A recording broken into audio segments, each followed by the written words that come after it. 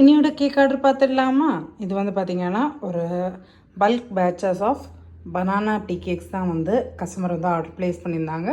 So ஒரு 70 pieces வர்ற மாதிரி கஸ்டமர் வந்து பனானா கேக்ஸ் வந்து ஆர்டர் ப்ளேஸ் பண்ணியிருந்தாங்க.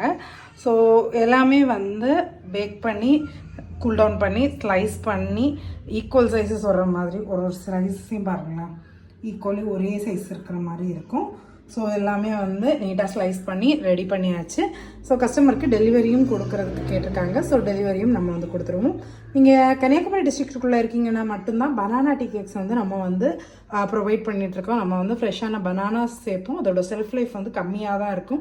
ப்ரிசர்வேட்டிவ்ஸ் எதுவும் நம்ம ஆட் பண்ணுறது இல்லைங்கிறதுனால நம்ம வந்து என்னென்னா கன்னியாகுமரி டிஸ்ட்ரிக்ட்டுக்குள்ளே மட்டும்தான் டெலிவரி கொடுப்போம். இதை வந்து பார்த்திங்கன்னா ஒரு 2 to 3 days வரைக்குமே உங்களுக்கு அதோட ஃப்ரெஷ்னஸ் வந்து மெயின்டைன் ஆகும்.